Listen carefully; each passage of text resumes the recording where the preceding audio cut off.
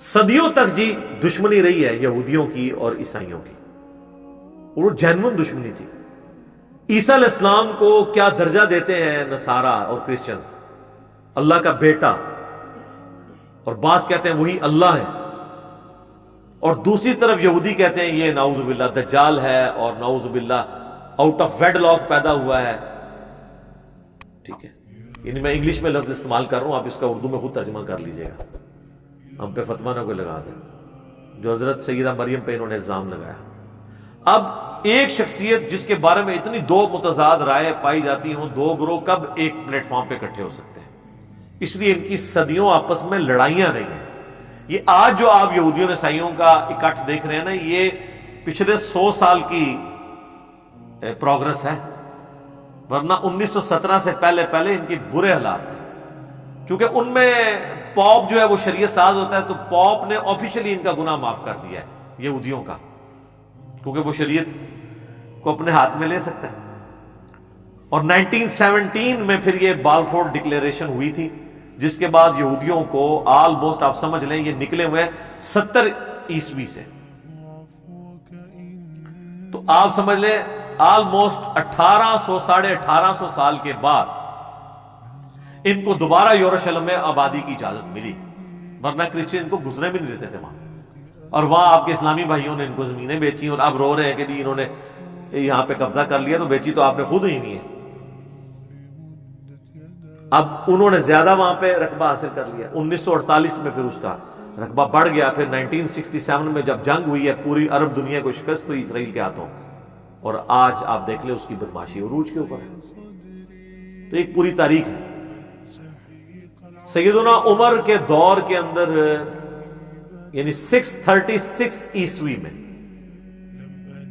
70 عیسوی میں ٹائٹس نے حملہ کر کے یروشلم گرایا، اور وہ ویلنگ وال ایک رہ گئی۔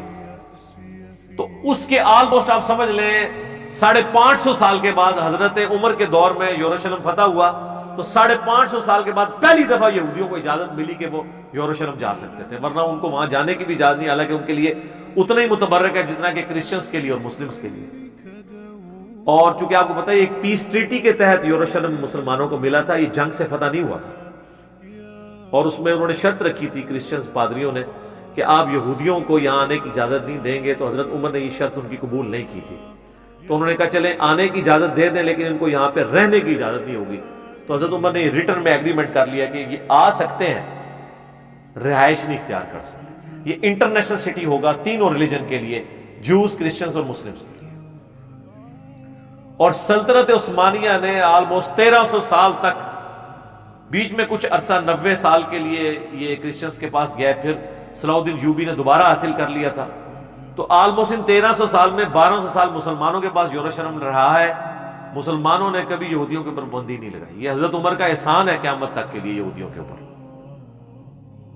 لیکن ان کی خواہش یہ تھی ہم وہاں پہ آباد بھی ہوں، اس کے لیے پھر سلطنت عثمانیہ کو انہوں نے ختم کروایا۔ پہلے تو رشوتیں دی، سلطنت عثمانیہ جو ہے نا وہ اپنی ساری کمزوریوں کے باوجود حضرت عمر والے ایگریمنٹ کے اوپر پیچھے ہٹنے کے لیے تیار نہیں ہوئی، حتیٰ کہ ان کو ختم کیا گیا پہلی جنگ عظیم کے بعد۔ اور آپ دیکھ لیں اسی کے فوراً بعد 1917 میں بالفور ڈکلیریشن ہوئی، 1948 میں اسرائیل جو ہے وہ بن گیا، اور 1967 میں 67 میں اس کی حدود اتنی پھیل گئی، اور آج آپ دیکھ لیں وہ اکیلا بدماش ہے وہاں پہ۔